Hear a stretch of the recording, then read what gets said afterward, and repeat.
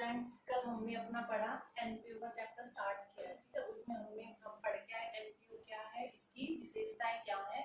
उसके बाद हम पढ़ के आए हमारा रिसिप्ट एंड पेमेंट अकाउंट, प्राप्ति और भुगतान खाता, उसकी विशेषताएं, डिफरेंस पढ़ के आए हम, ठीक है। रिसिप्ट एंड पेमेंट और कैश में डिफरेंस पढ़ के आए। अब हमारा था नेक्स्ट, क्योंकि एनपीओ में हम थ्री फाइनेंशियल स्टेटमेंट के थ्रू थ्री जो है अकाउंट्स बना के तैयार करते हैं। Receipt and payment, income and expenditure और थर्ड है हमारा बैलेंस शीट। तो उसमें फर्स्ट हम पढ़ चुके हैं, सेकंड है हमारा इनकम एंड एक्सपेंडिचर अकाउंट, ठीक है। आय और व्यय खाता। इसमें क्या होता है इनकम एंड एक्सपेंडिचर अकाउंट में कि हर एक संस्था साल के एंड में ये देखना चाहती है कि उसको क्या कुछ वो किस कंडीशन में किस पोजीशन में लाभ हो रहे हैं या हानि हो रही है, क्या हो रही है। तो जिस प्रकार से बाकी व्यापारिक संस्थाएं अपने बारे में जानना चाहती है साल के एंड में, उसी तरह से हमारी जो एनपीओ होते हैं वो भी ये जानना चाहते हैं कि एक पीरियड के अवधि के एंड में, एक अवधि के एंड में उनकी क्या पोजीशन है, उनका इनकम है या एक्सपेंडिचर ज्यादा है, उनका क्या जो है पोजीशन चल रहा है उनकी संस्था की। इसलिए वो क्या तैयार करते हैं, इनकम एंड एक्सपेंडिचर अकाउंट। ये सेम वैसे ही होता है जैसे व्यापारिक संस्थाओं का क्या होता है, profit and loss account. Profit and loss से वो क्या जानते हैं, अपना शुद्ध लाभ या शुद्ध हानि। तो इसी तरह NPO income and expenditure account में ये जान पाएगी कि उसके जो है इनकम एक्सपेंडिचर से ज्यादा है या उसके एक्सपेंडिचर इनकम से ज्यादा हो रहे हैं, ठीक है। तो यहाँ पे जो डिफरेंस होगा वो सरप्लस या डेफिसिट को बताएगा। जैसे प्रॉफिट एंड लॉस किसको बताता था, प्रॉफिट एंड लॉस प्रॉफिट या लॉस, प्रॉफिट या लॉस को बताएगा। उसी तरह से हमारा इनकम एंड एक्सपेंडिचर किसको बताएगा, सरप्लस और डेफिसिट को। सरप्लस मींस आधिक्य और डेफिसिट मतलब कमी, कि इनकम का आधिक्य है खर्चों के ऊपर या खर्चे जो है अधिक है किसके ऊपर, इनकम के ऊपर, ठीक है। तो अगर हमारा इनकम ज्यादा होगा मतलब सरप्लस है, अगर एक्सपेंडिचर इनकम से ज्यादा होंगे हमारे तो डेफिसिट है, कमी है, ठीक है। तो ये हमारा इनकम एंड एक्सपेंडिचर अकाउंट है। इसमें हम क्या देखते हैं कि इसमें देखेंगे कि चालू खर्चे चालू आय की तुलना में कम है या अधिक है इनकी करंट ईयर के। इसके डेफिनेशन से मीनिंग से एक शब्द दिख रहा होगा हमें, चालू इनकी करंट। इसमें हम सिर्फ उन्हीं आइटम्स की एंट्री करेंगे, उन्हीं मतों को लिखेंगे जो किससे रिलेटेड है, चालू यानी कि उस साल से जो रिलेटेड है हम उन्हीं आइटम्स को लिखेंगे। जैसे पिछले वाले रिसिप्ट एंड पेमेंट में हम क्या देखते थे, कैश में भुगतान होना चाहिए, वो पिछले साल हुआ और पिछले साल के खर्चों का भुगतान हुआ या आगे के सालों का भुगतान इस साल कर दिया। इस साल पैसा गया है तो रिसिप्ट एंड पेमेंट में उसकी एंट्री होती थी। लेकिन इनकम एंड एक्सपेंडिचर में सिर्फ चालू जो खर्चे होंगे जो उस ईयर के होंगे उसी ईयर की एंट्री हम करेंगे। इसमें पिछले और आने वाले साल के अगर कुछ भुगतान हुआ है तो उसको एंटर नहीं किया जाएगा। तो इनकम एंड एक्सपेंडिचर में हमारे ऐसे ही अकाउंट बनेंगे, डेबिट और क्रेडिट दो साइड होंगी, ठीक है। हम अपनी क्रेडिट में क्या लेंगे, हम अपना इनकम, क्रेडिट में हमारा इनकम शो होगा और डेबिट में एक्सपेंडिचर। क्रेडिट में इनकम और डेबिट में एक्सपेंडिचर होगा, ठीक है। इनकम में हम क्या दिखाएंगे, इस साइड क्रेडिट साइड में सारी इनकम और प्रॉफिट आय और लाभ दिखाएंगे, ठीक है। डेबिट में हम क्या दिखाएंगे, हमारे सारे खर्चे और हानि। तो अगर हमारी क्रेडिट साइड का जोड़ ज्यादा है किससे, डेबिट से, तो हमारा क्या होएगा, सरप्लस, ठीक है। क्योंकि यहाँ पे इनकम है, इनकम ज्यादा है खर्चों से तो हमारा क्या होएगा, सरप्लस। अगर ये ज्यादा है इस चीज से तो बैलेंस इधर लिखा जाएगा, तो इधर क्या है हमारे खर्चे एक्सपेंडिचर, इसका मतलब संस्था को क्या हुआ, घाटा, डेफिसिट, ठीक है। तो अगर हमारा क्रेडिट ज्यादा है तो सरप्लस होगा, डेबिट ज्यादा है तो डेफिसिट होगा, ठीक है। अब है इसकी विशेषताएं, इनकम एंड एक्सपेंडिचर अकाउंट की क्या क्या विशेषताएं होंगी, ठीक है। तो फर्स्ट है नेचर ऑफ अकाउंट, कि इनकम और एक्सपेंडिचर जो हमारा अकाउंट है वो किस नेचर का है, किस प्रकृति का है, ठीक है। तो ये किस प्रकृति का है, नॉमिनल, नॉमिनल जो हमारे अकाउंट होते हैं उस नेचर का है ये। जैसे हमारा रिसिप्ट एंड पेमेंट किस नेचर का था, रियल का, तो ये किसका है, नॉमिनल का। तो नॉमिनल अकाउंट जो हमारी एंट्री करने का होता था नियम, जो रूल होता था वो क्या होता था, डेबिट ऑल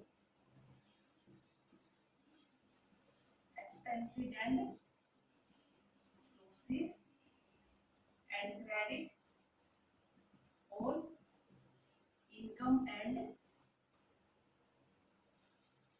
gain। ये हमारा रूल है नॉमिनल का, ठीक है, कि डेबिट करेंगे सारे खर्चे और हानियां, क्रेडिट करेंगे सारे लाभ और आय। तो इसमें अकाउंट को बनाते वक्त भी हमारा जो डेबिट और क्रेडिट में आइटम्स जाएंगे वो इस रूल के हिसाब से जाएंगे। हमारे लॉस और खर्चे सारे इसके डेबिट में जाएंगे, हमारी आय और लाभ कहाँ, इसके क्रेडिट में जाएंगे। तो ये है इसकी फर्स्ट नेचर। सेकंड इसकी विशेषता में है नेचर ऑफ आइटम्स, कि इसमें हम किस तरह की मदों की एंट्री करेंगे, ठीक है। तो इसमें सिर्फ आयगत जो लेन देन होगा, जो आयगत रिवेन्यू आइटम्स होंगी, हम सिर्फ उनका एंट्री करेंगे, पूंजीगत मदों का यहाँ पे लेखा नहीं किया जाएगा, ठीक है। जैसे पिछले वाले में हम देखते थे ना, चाहे वो आयगत हो या पूंजीगत हो, रिसीप्ट एंड पेमेंट में हर एक की एंट्री होती थी, लेकिन यहाँ पे सिर्फ आयगत मदों का लेखा किया जाएगा इस आइटम में, इसमें पूंजीगत को छोड़ दिया जाएगा। थर्ड इसका नेचर है कैश एंड बैंक का ओपनिंग बैलेंस की नो एंट्री, कि ये अकाउंट बनाते समय अगर हमें स्टार्टिंग में हमारे जो है जो क्वेश्चन दे रखा उसमें अगर कैश एंड बैंक का कुछ ओपनिंग बैलेंस है तो इस अकाउंट में उसकी एंट्री नहीं होगी। इसकी एंट्री कहाँ जाती है, हमारी ओपनिंग बैलेंस शीट में, या जब एंड में क्लोजिंग बनाएंगे वहां पे जाएगी, या फिर हमारा रिसीप्ट एंड पेमेंट अकाउंट में। मतलब क्या है कि कैश और बैंक की यहाँ पे कोई एंट्री नहीं की जाएगी। थर्ड है एडजस्टमेंट, ठीक है, समायोजन। फोर्थ है एडजस्टमेंट, समायोजन, ठीक है।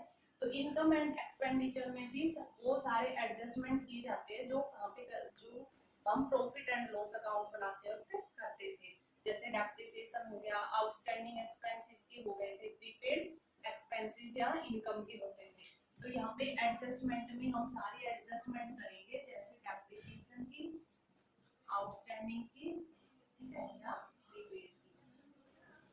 यानी कि ये अकाउंट बनाते समय हमें इसमें एडजस्टमेंट भी करनी पड़ेगी प्रॉफिट एंड लॉस की तरह। तो सेम वही पोर्शन है उसी तरह, ठीक है।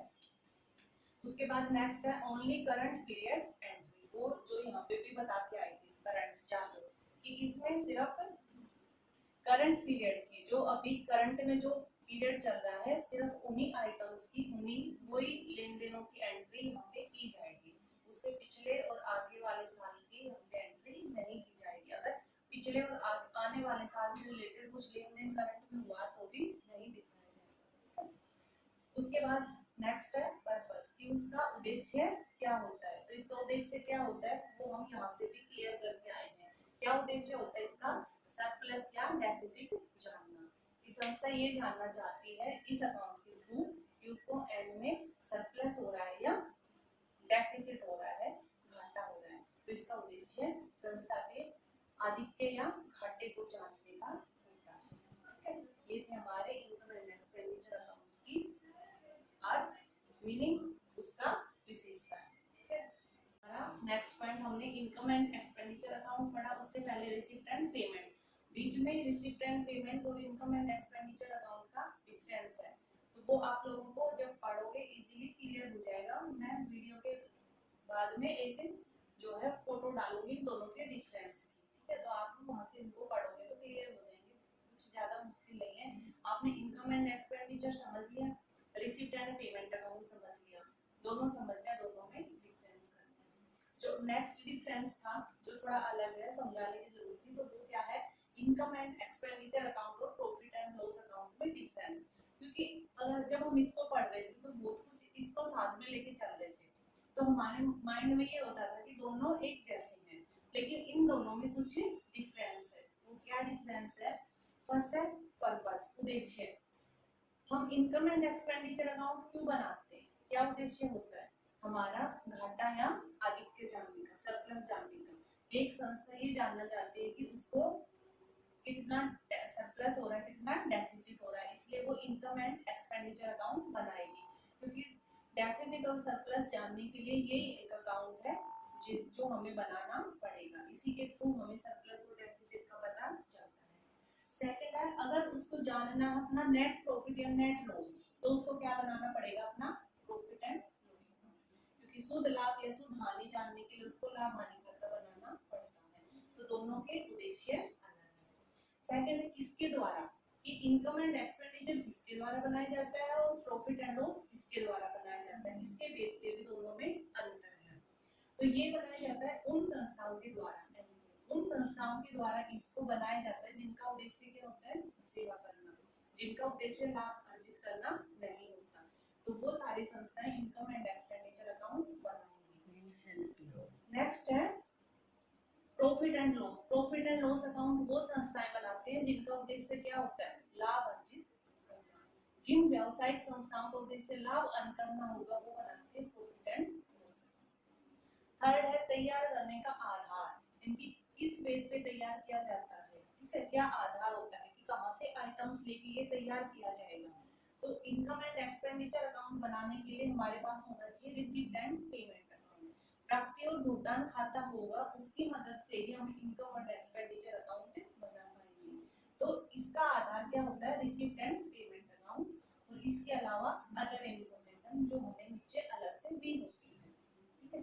प्रॉफिट एंड लॉस अकाउंट बनाने के लिए हमारे पास चाहिए ट्रायल बैलेंस, तलपट का होना जरूरी है, और तलपट के अलावा अदर इंफॉर्मेशन जो एडजस्टमेंट टाइप या कुछ भी साल के दौरान अदर इंफॉर्मेशन जो भी निकल के आई होगी ट्रायल बैलेंस बनाने के बाद या उसके दौरान, तो वो अदर इंफॉर्मेशन जो होगी उसका भी हम एडजस्टमेंट करते हैं, प्रॉफिट एंड लॉस बनाते हैं, ठीक है। उसके बाद नेक्स्ट है बैलेंस, कि इसका बैलेंस हमें क्या दिखाएगा, जो हम पढ़ के आए सरप्लस और डेफिसिट, इसका बैलेंस हमें क्या बताता है, नेट प्रॉफिट या नेट लॉस। तो एक ये डिफरेंस भी है दोनों में, तो ये था इन दोनों का डिफरेंस, ठीक है। अब हमारा नेक्स्ट पॉइंट जो हम ये पढ़े आए दोनों में डिफरेंस, नेक्स्ट हमारा बैलेंस शीट, जो 3 फाइनेंशियल हम स्टेटमेंट बनाते थे एनपीओ में, receipt, payment, income and expenditure, और लास्ट है बैलेंस शीट, ठीक है। तो बैलेंस शीट में ज्यादा कुछ था नहीं, 1-2 पॉइंट है, इसलिए मैं बुक से यहीं पे समझा रहा हूँ, जिसके पास बुक नहीं है वो भी उसको क्लियर हो जाएगा यहाँ पे, ठीक है। तो बैलेंस शीट में बनाते वक्त हमें पता है बैलेंस शीट में क्या होती है, लायबिलिटीज और एसेट्स। तो बैलेंस शीट में कुछ अलग डिफरेंस नहीं है, जहाँ जो बैलेंस शीट हम व्यापारिक संस्थाओं के लिए बनाते थे, ठीक है, पीछे जो 11th में बना के आए सेम वैसी बैलेंस शीट बनेगी, ठीक है। थोड़े से 1-2 क्योंकि एनपीओ है, इनका अलग लेन देन है, जैसे इनकी इनकम कहाँ से होती है, चंदा है, दान है, ठीक है, ग्रांट है, उन सब से, तो उनसे रिलेटेड कुछ 1-2 एडजस्टमेंट जाएंगे, इसलिए थोड़ा सा इसमें बैलेंस शीट में ज्यादा डिफरेंस नहीं है, ना कोई ज्यादा अलग एडजस्टमेंट है, इसलिए सिंपल है। एसेट्स में हम क्या दिखाएंगे, वो सारी एसेट्स, ठीक है, अगर साल की स्टार्टिंग के पिछले साल का दे रखा जैसे 2017 का और हमें 18 के एंड में बनानी है, ठीक है, तो एक हम 2017 की ओपनिंग बैलेंस शीट बनाएंगे। ओपनिंग में हम क्या लेंगे, पिछले वर्ष के जो भी बैलेंस शीट है उसकी संपत्तियां, ठीक है। लेकिन इस साल अगर कोई संपत्ति हमने खरीदी है या कोई बेची है या कोई डेप्रिसिएशन लगा है तो उसका एडजस्टमेंट यहाँ पे करना पड़ता है, ठीक है। और इन संपत्तियों का एडजस्टमेंट हम कहाँ करेंगे, अपने क्लोजिंग बैलेंस शीट में, क्योंकि संपत्ति खरीदी बेची डेप्रिसिएशन तो साल के दौरान लगा है, साल के बीच में, हम साल के एंड में जब बना के बैलेंस शीट तैयार करेंगे तो उस एंड वाली बैलेंस शीट में ये एडजस्टमेंट जाएंगे, ठीक है। तो एसेट्स का क्या एडजस्टमेंट होगा, वो इस प्रकार से होगा कि यदि इस वर्ष कोई नई एसेट्स हमने खरीदी है, तो सबसे पहले खरीदी है, मैंने संपत्ति खरीदी है, तो पहले तो ये कहाँ गई होगी, रिसिप्ट एंड पेमेंट अकाउंट, प्राप्ति और भुगतान खाते के क्रेडिट में, क्योंकि रिसिप्ट एंड पेमेंट क्या बनता था, रिसिप्ट डेबिट और पेमेंट क्रेडिट, तो पेमेंट करी हमने संपत्ति खरीदने के लिए, तो इसके क्रेडिट में क्या होगा, भुगतान खाते के क्रेडिट में वो अमाउंट गई होगी, जैसे हमने 50,000 रुपए की संपत्ति खरीदी तो 50,000 रुपए पेमेंट अकाउंट में हमने डालने होंगे। उसके बाद है इसे पिछले वर्ष के एसेट्स में जोड़कर चालू वर्ष के स्थिति विवरण के संपत्ति पक्ष में दिखाना चाहिए, और उसके बाद एक बार तो हमने इसमें एंट्री कर दी, उसके बाद जब साल के एंड में हम अपना बैलेंस शीट बनाएंगे तो एंड में हमारे पास साल के स्टार्टिंग में मान लो 10,000 रुपए की एसेट्स थी और साल के दौरान हमने 20,000 की एसेट्स और खरीदी, तो साल के एंड में हम बैलेंस शीट के एसेट्स में, क्योंकि एसेट्स है या मशीनरी फर्नीचर कुछ भी है, ये हमारे एसेट्स है, ये हमने खरीदी है, तो एंड में हम क्या करेंगे, बैलेंस शीट में एसेट साइड में हम टोटल अपने एसेट्स दिखाएंगे 10 + 20 30,000। बस ये एडजस्टमेंट है, आपने पहले भी करी है, सिंपल। उसके बाद है, यदि इस वर्ष कोई संपत्ति हमने बेची है तो इसका उल्टा हो जाएगा। जैसे मान लो 10 में से हमने 2,000 की संपत्ति बेच दी, तो 10 में से हम 2 को लेस कर देंगे। साल के एंड में हमारी संपत्ति कितनी बची, 8,000। ये इसके एडजस्टमेंट थी। नेक्स्ट है डेप्रिसिएशन, तो सेम वही है, डेप्रिसिएशन लगाते वक्त हम बैलेंस शीट में से क्या करते थे, डेप्रिसिएशन को लेस करते थे, तो यहाँ पे भी डेप्रिसिएशन क्या हो जाएगा, लेस हो जाएगा। प्रीपेड और अर्न इनकम, हम इन्वेस्टमेंट को संपत्ति पक्ष में लिखना चाहिए। सारे हमारे जो हमने प्रीपेड एक्सपेंसेस, ठीक है, जो हमने पहले ही भुगतान कर दिए है, जो इनकम हमने कमा ली है, उपार्जित आय कौन सी थी, जो हमने कमा ली है लेकिन अभी हमें मिली नहीं थी, और इन्वेस्टमेंट, ये सारी भी हमारी क्या होती हैं, एसेट्स। उसके बाद है प्राप्ति और भुगतान खाते का क्लोजिंग सेल्स, रोकड़ या बैंक कुछ भी हो सकता है, क्योंकि रिसिप्ट एंड पेमेंट अकाउंट जब हमने पढ़ा था तो हमने देखा था रिसिप्ट एंड पेमेंट अकाउंट क्या दिखाता हमें, साल के एंड का कैश या बैंक, कैश या बैंक शो करता है receipt and bank payment account, तो उस साल के एंड के कैश या बैंक को भी हम कहाँ दिखाएंगे, हमारी एसेट्स में। लेकिन अगर हमारा बैंक का बैलेंस क्रेडिट नेगेटिव आ रहा होगा तो हमारा ये क्या होएगा, बैंक का बैलेंस ओवरड्राफ्ट, तो इसलिए बैंक अगर नेगेटिव बैलेंस दिखाया प्राप्ति और भुगतान खाते में, यानी कि भुगतान ज़्यादा थे, ठीक है, तो वो हमारा बैंक का नेगेटिव बैलेंस आया, यानी कि बैंक ओवरड्राफ्ट, तो बैंक ओवरड्राफ्ट क्या माने जाते हैं, लायबिलिटीज। तो ये था हमारा सिंपल बैलेंस शीट की एसेट साइड। अब हमारी बैलेंस शीट की लायबिलिटीज साइड। लायबिलिटीज में हम क्या दिखाएंगे, सारे हमारे लोन दिखाएंगे। सेम वही है, जैसे अगर लोन है साल के एंड में 10,000 का, साल के दौरान हमने 2,000 लोन का भुगतान कर दिया, तो 10 में से 2 लेस करके 8,000 का लोन दिखा देंगे।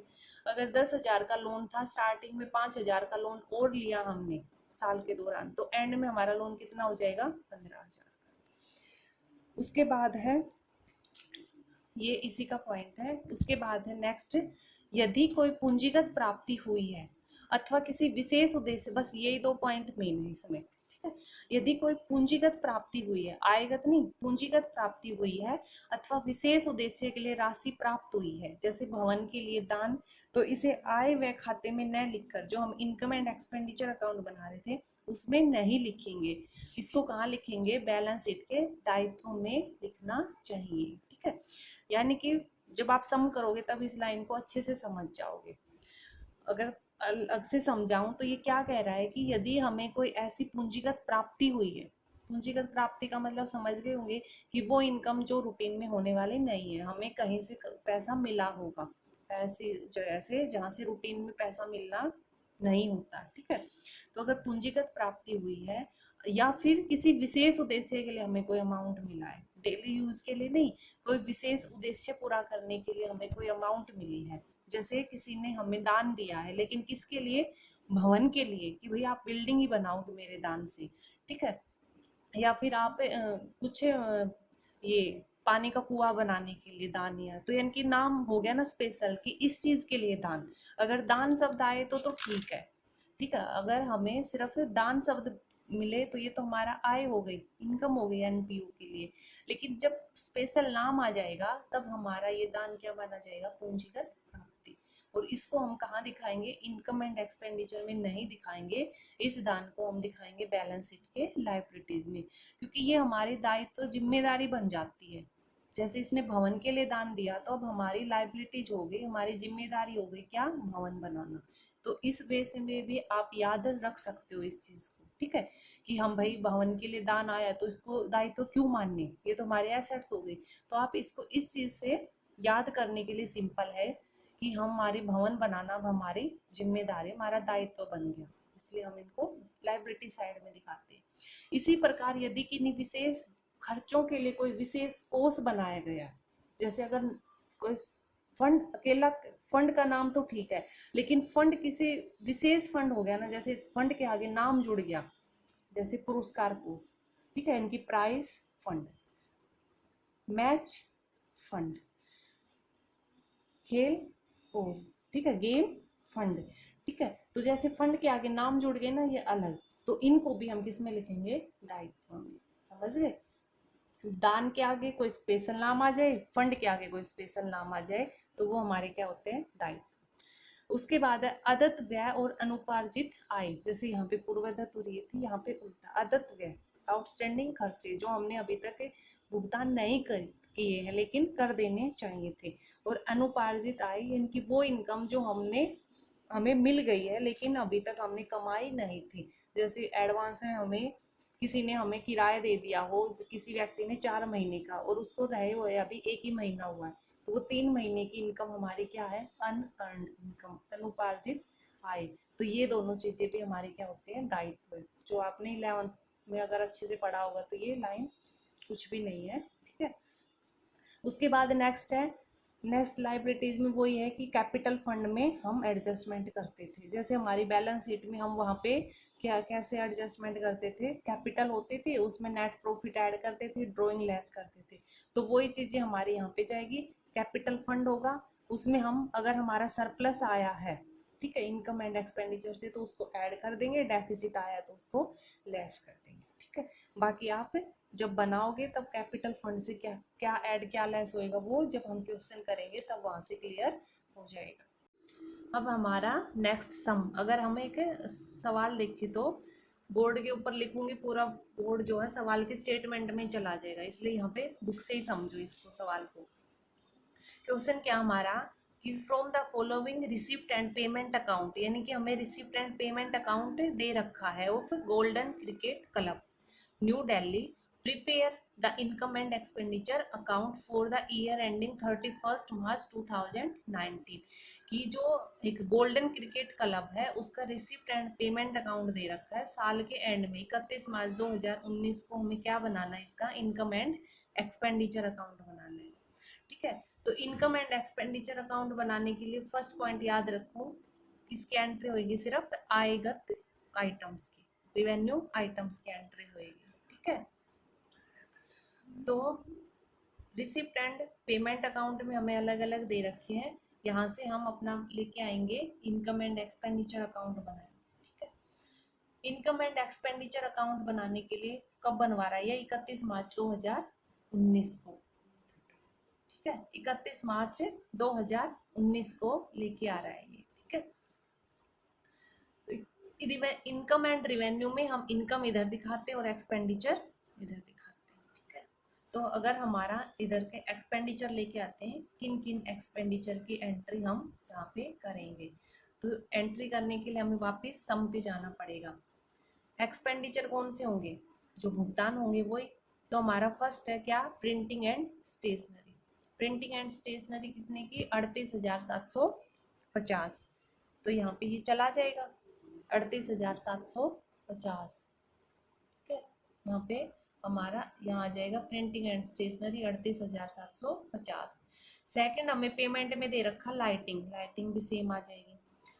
नेक्स्ट है रेट्स एंड टैक्सेस, किराया और दरें कर दे रखा है 17,000 का, तो वो भी हमारा एक्सपेंडिचर है। टेलीफोन चार्जेस वो भी सेम आ जाएगा, पोस्टेज 2,000 की वो भी सेम आ जाएंगे, वेजेज 88,000 की वो भी आ जाएगा हमारा खर्चा। प्रवेश शुल्क है, एंट्रेंस फीस जो है 23,000 की। अब एंट्रेंस फीस का क्या चक्कर है, ये नहीं होएगी, क्यों नहीं होएगी वो अभी मैं बताऊंगी आपको, ठीक है, आइटम्स में। लाइफ मेंबरशिप फीस है, इसको भी हम नहीं लेंगे एक्सपेंडिचर में, ठीक है, सॉरी, यहाँ पे इंश्योरेंस प्रीमियम है, ये तो हमारी इनकम थी, सम की जो है पेमेंट यहाँ पे, इंश्योरेंस प्रीमियम हमारा आ जाएगा 15,000 का। उसके बाद purchase of furniture, purchase of furniture आएगा, नहीं आएगा, क्योंकि हम क्या बना रहे हैं, इनकम एंड एक्सपेंडिचर, जो किस नेचर का होता है, आयगत का, ठीक है। और ये हमारा परचेज ऑफ फर्नीचर क्या है, पूंजीगत। कैश इन हैंड आएगा, नहीं आएगा, क्योंकि हम पढ़ के आए थे इनकम एंड एक्सपेंडिचर में कैश और बैंक नहीं आता, तो ये दोनों आइटम्स नहीं आएंगे। अब हमारा इनकम एंड एक्सपेंडिचर में हम क्या आएंगे, इनकम साइड में। इनकम में अगर हम देखेंगे तो एक बार ये दिख रहा है तो यहीं से उठा लेंगे, लोकर का किराया हमने कोई लोकर किराए पे दिया, वहां से इनकम हुई 42,000 की। ब्याज की हमें मिले 18,000 का। लाइफ मेंबरशिप फीस है जो हम नहीं लेंगे, क्यों नहीं लेंगे वो अभी क्लियर हो जाएगा पॉइंट। क्योंकि हम क्या लेते हैं, आयगत लेते हैं, और लाइफ मेंबरशिप को क्या मानना जाता है, इसको मान लेते हैं पूंजीगत आय। क्योंकि देखो लाइफ मेंबरशिप फीस कि उसने फीस का भुगतान तो किया है, लेकिन उस भुगतान में उसने पूरे उम्र भर की सदस्यता ले ली है, यानी कि अब वो जब तक जिएगा ना तब तक वो उस सुविधा का फायदा उठा लेगा। जैसे किसी क्लब का सदस्य बन गया, वो किसी सोसाइटी का सदस्य बन गया, तो अगर उसने लाइफ मेंबरशिप फीस दी है कि पूरे साल आप इसके सदस्य रहेंगे, आप एक बार 10,000 रुपए दे दीजिए, तो उसने सिर्फ एक ही बार देना 10,000। इसका मतलब ये 10,000 रुपए उस संस्था को बार बार नहीं मिलेंगे।